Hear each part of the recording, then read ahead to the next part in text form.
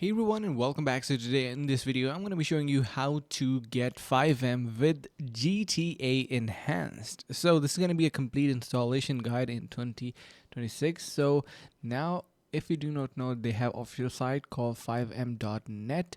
You need to simply head over to that, and you can see you can even create your own server onto this platform and have it created in less than 5 minutes, and you're going to be having it for GTA enhanced, and it is going to be working really good. Now if you want to download it, simply head over to their landing page just like that and click on a download client. It will be directing you to these terms and policies. Make sure to click on sure I agree.